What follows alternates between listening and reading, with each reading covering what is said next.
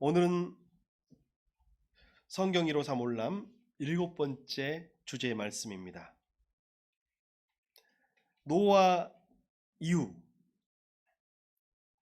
노아 홍수 이후 인류는 다시 급속도로 번성하기 시작합니다.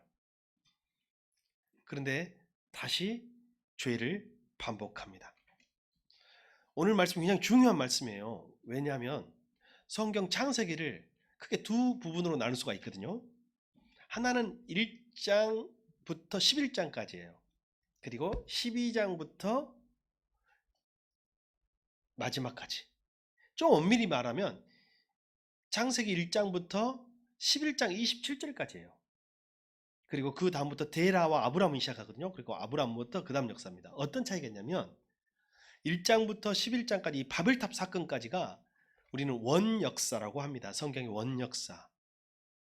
이 원역사는 역사시대 이전의 기록이에요. 이전의 이야기들을 기록한 거예요. 그렇게 따지면 우리는 원역사를 우리가 역사에서 배울 때는 뭐라고 부르냐면 선사시대라고 부릅니다. 역사 이전이라는 뜻입니다. 그러면 그 안에서 인류의 모든 기원들이 지금 다 나온 거예요. 그리고 1장부터 11장까지 역사가 이제 12장부터 요한계시록까지 계속 반복되고, 그리고 지금까지, 그리고 앞으로도 계속 반복되고 있습니다. 자, 봅시다. 천지창조부터 시작을 해도 되고요. 3장 인류 역사부터 시작해도 됩니다. 천지창조부터 시작해 볼까요? 하나님이 세상을 창조하셨죠. 그리고 만물을 창조하시고 2장과 3장에 인간을 창조하세요. 왜 창조하셨어요? 그거였죠. 일단은 보세요. 하나님은 하나님의 나라를 이루고자 하는 거예요. 하나님의 세계. 그리고 하나님의 통치자로서 누구를 세웠어요? 대리 통치자로서 인간을 통치자로 세웠어요. 그래서 하나님 나라를 이루고 하나님이 왕된 나라죠. 하나님이 피조물과 창조물의 관계로 있는 나라를 세우고자 했던 것이죠. 근데 여러분, 선악과를 따먹는 사건이 뭐예요? 하나님의 나라를 파괴한 사건이에요. 하나님의 권위에 도전한 사건이고, 그리고 나서 다시 하나님이 그들에게 양도 잡아주시고 가죽옷을 입혀주시면서 새로운 역사를 시작하게 하시거든요. 그리고 가인과 아벨로 가인 이제 아들을 낳잖아요. 아담과 하와가 아들을 낳아가지고 가인과 아벨이라는 인류의 두 조상을 낳아요. 낳는데 이제 그때부터 또 역사가 또 반복됩니다. 어떻게 반복되냐? 둘 다 예배를 드리는데 하나님이 누구의 예배를 받으셨어요? 아벨의 예배를 받으시고, 누구의 예배는 안 받으셨어요? 가인의 예배는 안 받았어요. 그 이유가 뭐라 그랬어요? 아벨은 믿음으로 제사를 드렸고, 가인은 자기의 의와 관습적인 제사를 드렸던 것 같아요. 그래서 하나님이 아벨의 제사를 받으셨는데, 문제는 장남으로서 자기가 자존심이 상한 거예요. 그리고 하나님이 자기 제사를 받지 않았다는 사실 때문에. 이게 굉장히 중요한 사건이에요. 왜냐하면 이게 그 정통성이 갈리는 순간이에요. 사이좋은 형제지간이 혹시 부모님 돌아가시고 유산 때문에 다투고 하는 거 못 보셨어요? 봤어요? 흔한 일인가요? 아니면 드문 일인가요? 흔한 일이요. 흔한 일이요. 근데 내가 보니까 돈 얼마나 물려주셨나 봐도 돈도 별로 안 물려주시고 재산도 별로 없는데도 싸우더만. 많으면 많다고 싸우고 적으면 적다고 싸워요. 그냥 그게 자존심 싸움인 것 같아요. 나는 왜?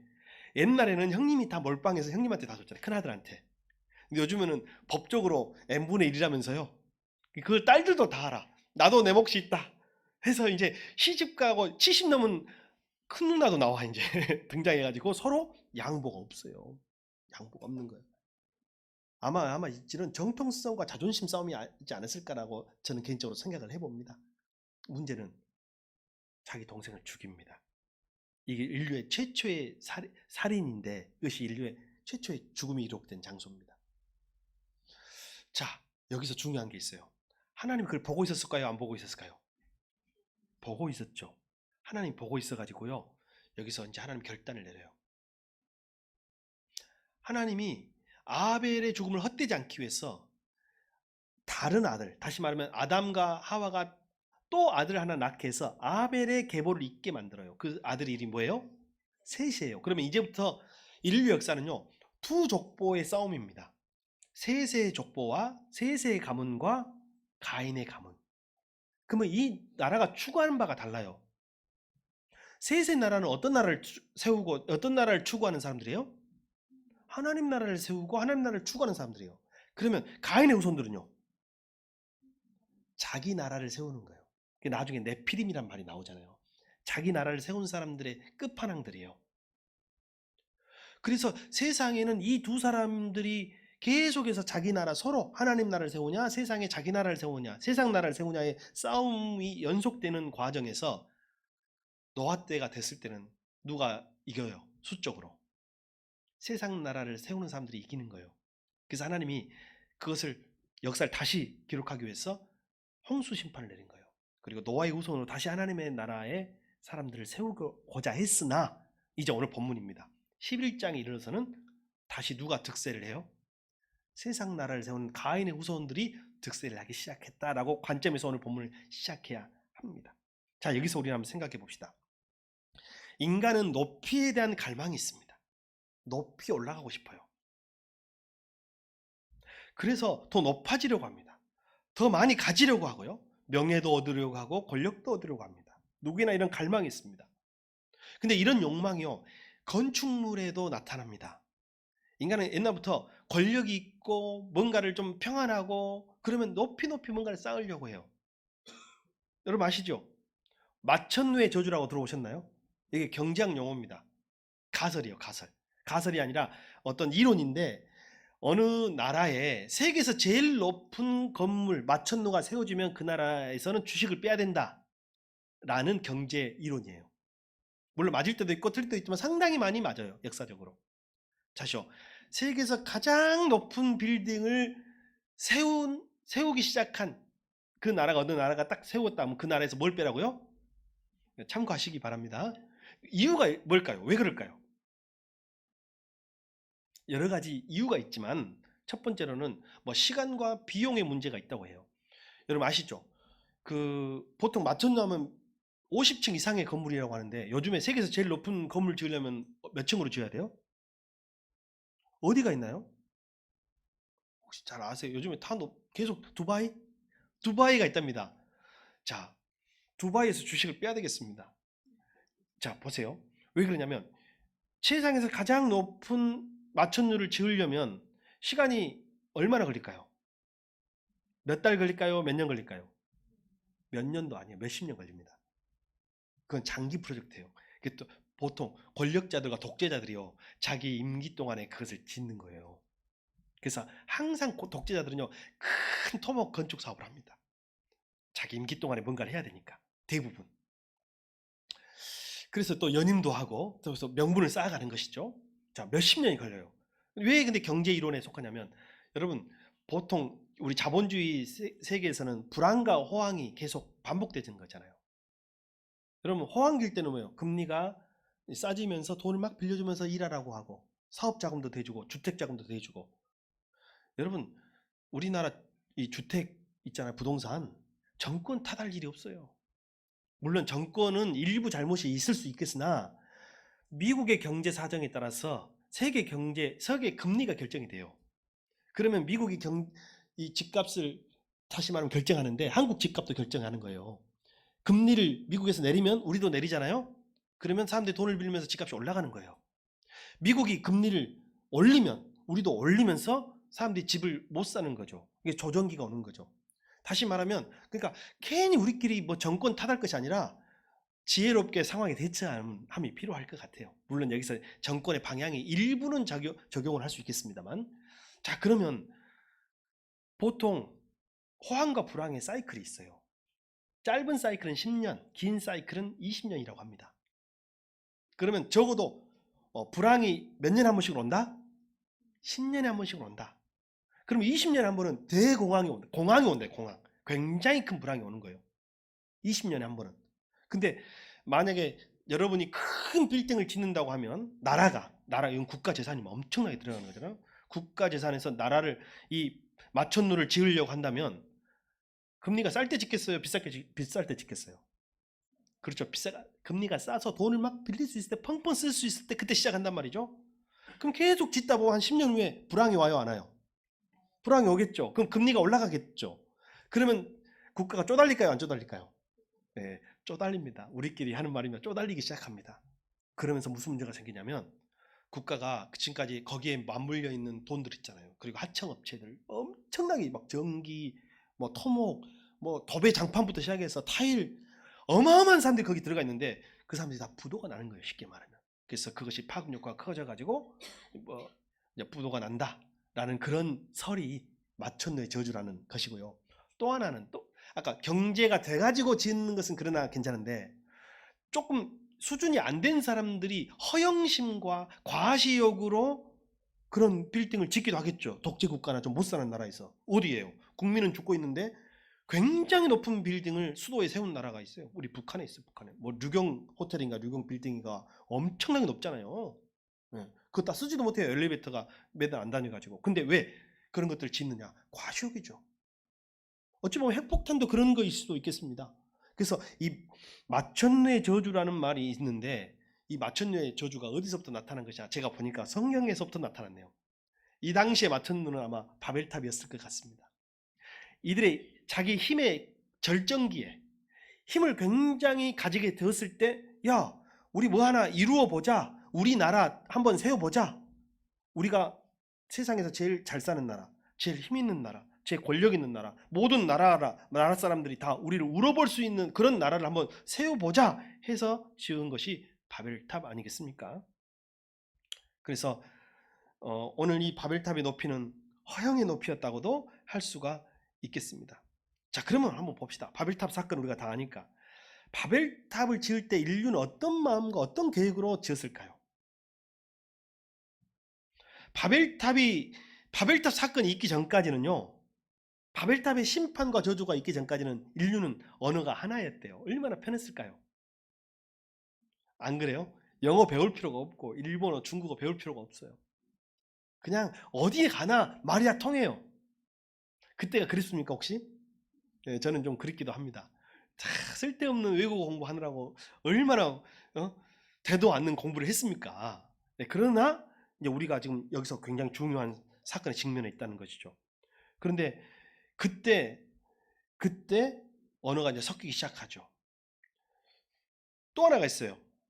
당시에 무엇으로 이들이 지었냐면 벽돌을 사용하기 시작했다고 했어요. 자, 벽돌을 사용한 것이 역사시대 이전, 원역사시대, 선사시대 이미 벽돌을 사용했어요. 그러니까 이집트 피라미드보다 이것이 더 위대한 순간이 될 수 있어요. 벽돌을 사용했죠. 다시 말해 인간이 돌이나 흙이 아니라 돌이나 흙 같은 걸 사용해가지고 또 다른 인공물을 만들었다는 거죠. 문명이 발달하고 있어요. 그리고 여기 보면 벽돌을 만들고 벽돌과 벽돌을 서로 이어 붙이기 위해서 역청을 썼다고 했어요. 흙이 아니라 역청을 써요. 이게 무슨 뜻일까요? 이 역청은 뭐에 해당되나요? 요즘으로 말하면 벽돌질 지을 때 벽돌과 벽돌 사이를 뭘로 채워요? 시멘트인 거예요. 이게 천연 시멘트입니다. 벌써 이 문명이 시작하고 있었다라는 것을 보면 당시에 세상에 문명이 많아요.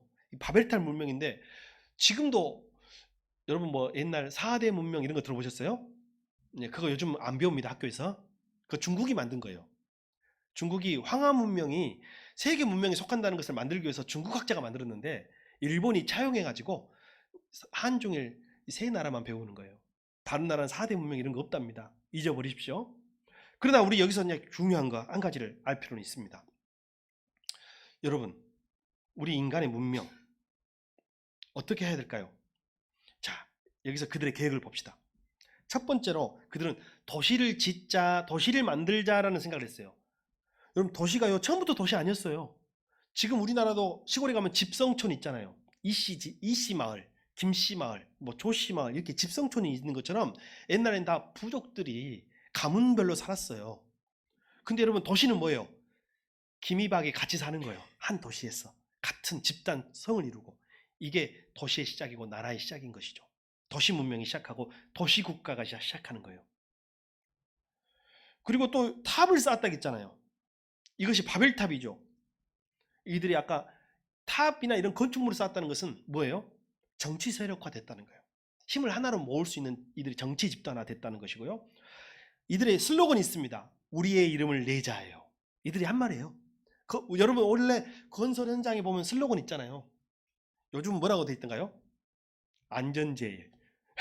이런 것도 슬로건 중에 하나지만 그보다 더 어떤 건설을 하거나 이런 걸 할 때는 굉장히 중요한 슬로건이 붙는데 이들이 내건 것은 우리의 이름을 내자라는 거예요. 그리고 또 온 지면에 흩어짐을 면하자라는 목적으로 이것을 해요. 이게 뭐예요? 우리끼리 잘 살아보자. 우리끼리 좋은 나라 한번 만들어보자. 우리끼리 힘 있는 나라 한번 만들어보자 라는 거예요. 근데 여기서 하나 여러분 질문해 봅시다. 방금 말씀드린 것 중에 좀 잘못됐다고 생각하는 것이 있어요? 다 할 만한 거 아니에요? 이게 뭐 도대체 얼마나 큰 잘못이라고 갑자기 하나님이 이들을 벌주고 언어를 섞어버리고 이들을 심판하셨을까? 이런 생각 안 드세요? 여러분은 착하시네요. 아, 그래요? 예, 저는 이걸 읽으면서 하나님 참 너무하다. 큰 잘못도 아닌데 되게 큰 잘못한 것처럼 벌을 줬네? 라는 생각이 조금 들더라고요. 그리고 우리 성도들 중에서도 이 성경 읽으면서 도대체 이들이 그렇게 큰 잘못을 죽을 만큼 잘못을 했나? 라는 생각이 들었어요. 근데 제가 이제 여러분의 시각에서 성경을 읽고 또 말씀을 준비하면서 하는 것이 이것이 우리의 만약에 오늘 본문을 읽고요. 이게 도대체 무슨 잘못이냐. 다 이렇게 사는 거지. 라고만 생각이 든다면 둘 중 하나죠. 오늘 본문의 맥락을 잘 이해를 못했든지 하나는요.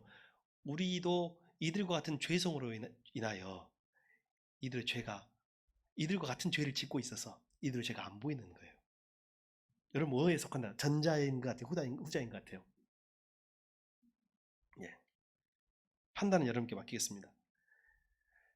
자, 이 바벨탑 사건의 의미, 도시 문명을 건설하자. 결국은 큰 나라를 만들자. 어떤 역사학자 그런 말을 했어요. 모든 나라는 제국을 지향한다라는 말을 했어요. 지금 우리나라가 여러분 제국이 안 되는 이유는요. 평안을 사랑해서일까요? 힘이 없어서일까요? 우리가 만약에 세계를 다 이길 수 있는 힘이 있다면 우리는 어떻게 할까요? 러시아처럼 안 할까요? 미국처럼 안 할까요? 그래서 본성적으로 모든 나라는 제국을 지향한다는 말이 참 맞는 말 같이 느껴져요. 이 도시 문명의 시작이라는 것은 뭐냐면 인류의 교만의 시작됩니다. 우리가 원하는 나라, 우리가 힘 있는 나라를 만들겠다는 것이죠. 그리고 또 하나는 뭔가요?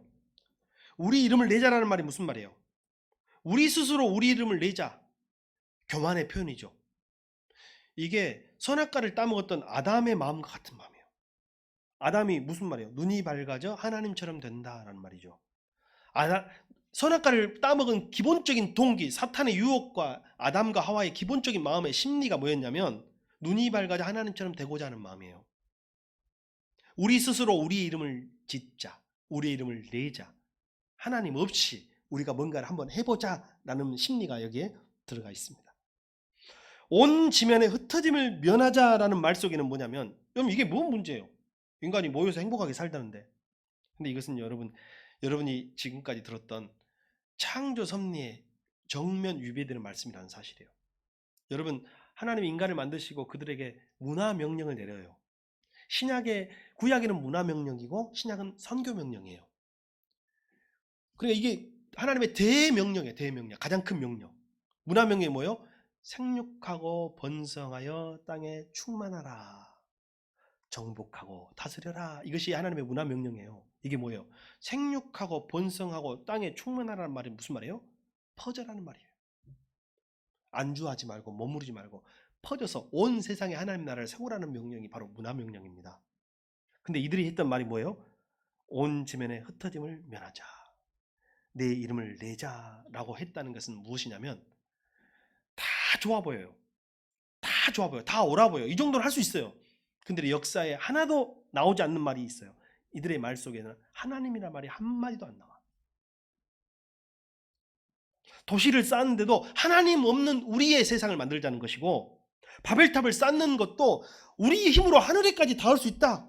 높은 빌딩을 세울 수 있다. 마천루를 만들 수 있다라는 교만이고 우리의 이름을 내자라는 것은 하나님 이름을 거론하지 않는 가장 큰 교만에 속하며 온 지면의 흩어짐을 면하자는 것은 하나님의 선교 명령, 문화 명령에 정면 위배되는 말씀이라는 사실이에요. 제가 그랬죠. 이 세상에는 두 족보의 싸움이라고. 하나는 가인의 족보, 하나는 셋의 족보의 싸움이에요. 이 족보는 무슨 싸움을 하냐면 가인은 세상 나라 세우는 사람들이고 셋은 하나님 나라를 세우는 사람들의 이야기라는 것입니다. 솔직히 바벨탑을 쌓는 인류 조상이 한편으로 우리는 이해가 되기도 합니다. 제 입장에서도 이해가 됩니다. 아니 그럴 수 있지. 도대체 인간으로서 이 정도 욕망이 무슨 큰 문제가 된단 말인가? 이 생각이 안 드나요? 그러나 그것만큼 우리가 타락했다는 것을 보여주는 것이다 라는 씁쓸한 성찰을 해봅니다.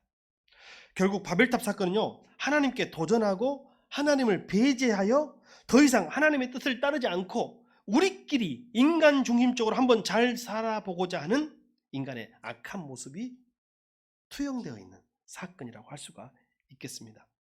이런 모습은 오늘날에도 넘쳐나고 있습니다. 한번 살펴봅시다. 여러분, 오늘 우리도 바벨탑을 쌓고 있습니다. 오늘날 우리 인류도, 저와 여러분도 바벨탑을 쌓고 있습니다. 봅시다. 여러분, 바벨탑 없는 정치는, 하나님 없는 정치는 바벨탑입니다.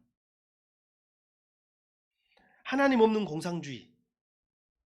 여러분, 공산주의 이론이 얼마나 이상적인지 아세요? 초기에 공산주의가 세상에 퍼졌을 때요, 지식인들이 전부 다 관심을 가졌어요. 오히려 지식인과 식자층이 공산주의에 많은 관심을 가졌어요. 근데 역사적으로 하나님을 제거해버린 공산주의는 아무리 이론적으로 완벽하고 좋아도 그것이 바벨탑이었어요. 여러분 아시죠? 뭐예요? 자, 우리 다 같이 잘 사는 세상 만들어보자. 좋은 말이야, 틀린 말이에요? 좋은 말이죠. 나 이 말처럼 좋은 마음이 혹가네. 우리 다 열심히 일해가지고 서로 좀 나눠 먹자. 그래도 좀 약한 사람도 있고 힘든 사람도 있고 노인도 있고 애들도 있으니까 열심히 우리 분배가 똑같이 나누어서 먹자. 얼마나 좋은 말이에요. 그죠? 이 말이 있으려면 하나님이 있으면 이게 이루어져요. 근데 하나님이 빠져 버리잖아요. 인간의 필성은 이걸 이룰 수가 없어요. 근데 공산주의는 여기서 하나님을 빼버린 거예요. 그리고 하나님 자리에 처음에는 물질, 유물론이잖아요. 물질을 집어넣었었고요. 잔지나 물질을 집어넣었고요. 그 다음 뭐예요? 독재자를 집어넣어요. 탈북해가지고 인권 운동하고 유엔이나 이런 데서 탈북 사역을 하는 분들이 탈북하고 나서 깨달은 것이 있답니다. 왜 북한에서 성경을 그토록 못 보게 했는지를 깨달았대요. 성경을 보니까 거기서 하나님을 빼고 예수님 빼고 거기다 전부 다 삼부자를 넣어놨더래. 자, 거기서 신은 누구예요? 일단 김일성이죠. 여러분 혹시 김일성이가 두만강인가 뭐 압록강인가 가랑잎 타고 건넜단 말 들어본 적 있어요? 믿습니까? 안 믿어요? 예수님이 물 위를 걸으신 사건. 여러분 김정은이가 어디서 태어났게요? 북한 당국의 주장에 의하면 백두산에 있는 한 오두막, 예수님의 마국간 다 이걸 엮어놨다는 거예요. 근데 사실상 김정일은 러시아에서 태어났어요. 그들이 역사까지 왜곡해가지고 이렇게 신격화시키는 과정을 여러분 아시겠어요? 하나님 없는 공산주의는 바벨탑이었어요. 하나님 없는 제국주의, 하나님 없는 식민주의는 바벨탑이었어요. 이 역사적으로 제국주의, 식민주의는요, 물론 동서양을 막론하고 다 있었지만 서양의 유럽의 제국주의, 유럽의 식민주의는 다 기독교 국가를 표방했어요. 말은 기독교 국가였지만 그들은 자기들이 원하는 큰 나라, 힘 있는 나라를 세우려고 했어요. 제국주의 시대도 끝났고 식민주의 시대도 끝났지만 그들의 역사는 지금 회개예요. 여러분 나폴레옹이요, 프랑스에서 영웅으로 추앙받지 않는답니다. 옛날 사람들 중에서는 나폴레옹을 영웅으로 추앙하는 사람도 있지만 요즘 사람들은 나폴레옹을 그냥 한 독재자로 보는 시선이 강해졌다고 해요. 그 이유가 뭔가요? 하나님 없는 제국주의와 식민주의, 바벨탑이었습니다. 하나님 없는 민주주의, 바벨탑입니다. 여러분 민주주의의 제일 중요한 것이 뭐예요? 다수결이잖아요. 여러분 다수결이 다 옳던가요? 다수결은 최선이 아니라 차선이에요. 싸우지 말자예요. 최선의 선택이 아닙니다. 근데 이 다수주의, 이 다수결주의, 민주주의에서 하나님이 빼버린 다수주의는요, 죄악으로 물든 공동체, 바벨탑을 쌓자고 하는 무리들이 얼마든지 이끌어갈 수 있는 허점이 있어요. 그래서 민주주의, 하나님이 없는 그것은 바벨탑이고, 자본주의는 더 말이 나오잖아요. 민주, 하나님의 자리를 사람이 대신하는 것이 민주예요. 자본은 뭐예요? 자본주의는 하나님의 자리를 자본, 물질, 돈이 대신하는 것이 자본주의예요. 그게 다 바벨탑인 것입니다. 우리 개인의 삶도 마찬가지입니다. 하나님 없는 성공은 바벨탑입니다. 하나님 없는 사업, 바벨탑을 쌓는 것입니다. 하나님 없는 경영, 바벨탑을 경영하는 것입니다. 이번에 우리 신입생들이 여기 있는데 하나님 없는 대학, 바벨탑입니다. 우리나라에서 죄를 누가 제일 많이 져요? 서울대 출신들. 서울대 출신들이 큰 죄를 다 짓고 있어. 그들도 공로도 크고 기여도 많이 하겠지만 숨어서 법 위에 군림하면서 그들의 힘, 그걸 이용해서 더 많은 죄악을 저지르고 있어요. 하나님 없는 대학, 하나님 없는 학문, 하나님 없는 부, 바벨탑입니다. 하나님 없는 성공은 바벨탑입니다. 또한 하나님 없는 조직과 공동체는 바벨탑입니다. 제국주의와 식민주의가 났던 그 배경이 뭐냐면 기독교 제국이에요. 중세는 기독교 제국이었어요. 나라보다, 왕보다 힘이 더 교황이 있었어요. 여러분, 중세의 교회에는 바벨탑이었습니다. 왜냐하면 하나님 없는 그 자리를 사람이, 교황이 차지하고 있었으니까요. 하나님 없는 가정은요, 바벨탑입니다. 하나님이 왕 되신 증거는 뭔지 아세요? 여러분, 신앙 고백은 가정예배입니다. 가정예배는 우리 가정의 주인 하나님이라고 고백하는 거예요. 하나님 없는 교회에는 바벨탑입니다. 누군가 이렇게 비판하더라고요. 중세는 교황이 그래도 한 명 있었는데 요즘 종교개혁 해가지고 개신교는 교황이 교회마다 있다는. 씁쓸하지만 우리의 모습 아닌가요? 하나님 없는 조직과 공동체는 바벨탑입니다. 이렇게 악한 모습에 대하여 하나님은 그들을 심판할 수밖에 없었습니다. 하나님은 그들의 언어를 혼잡하게 하셔서 그들을 온 지면에 흩으셨습니다. 흩었다는 것은 두 가지죠. 일단 겸손하고 다시 하나님의 뜻을 돌아보게 하고 다시 시작하게 하고, 그리고 첫 번째 주셨던 문화명령, 생육하고 번성하여 이 땅에 충만하고 다스리란 말, 하나님 나라를 세우란 말이잖아요. 그것들에 다시 충성하기 위하여, 헌신하기 위하여 그렇게 하신 것입니다. 오늘 이 바벨탑 사건은 하나님 없는 역사, 하나님 없는 문명은 실패할 수밖에 없다는 사실을 보여주고 있습니다. 여러분, 우리 교회가 바벨탑을 쌓지 않기를 바랍니다.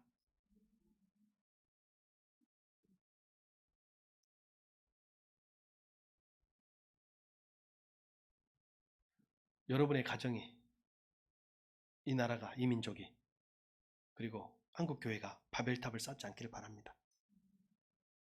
바벨탑은 마천루의 저주처럼 심판받습니다. 무너집니다. 흩어집니다. 지금 한국교회가 흩어지고 있어요.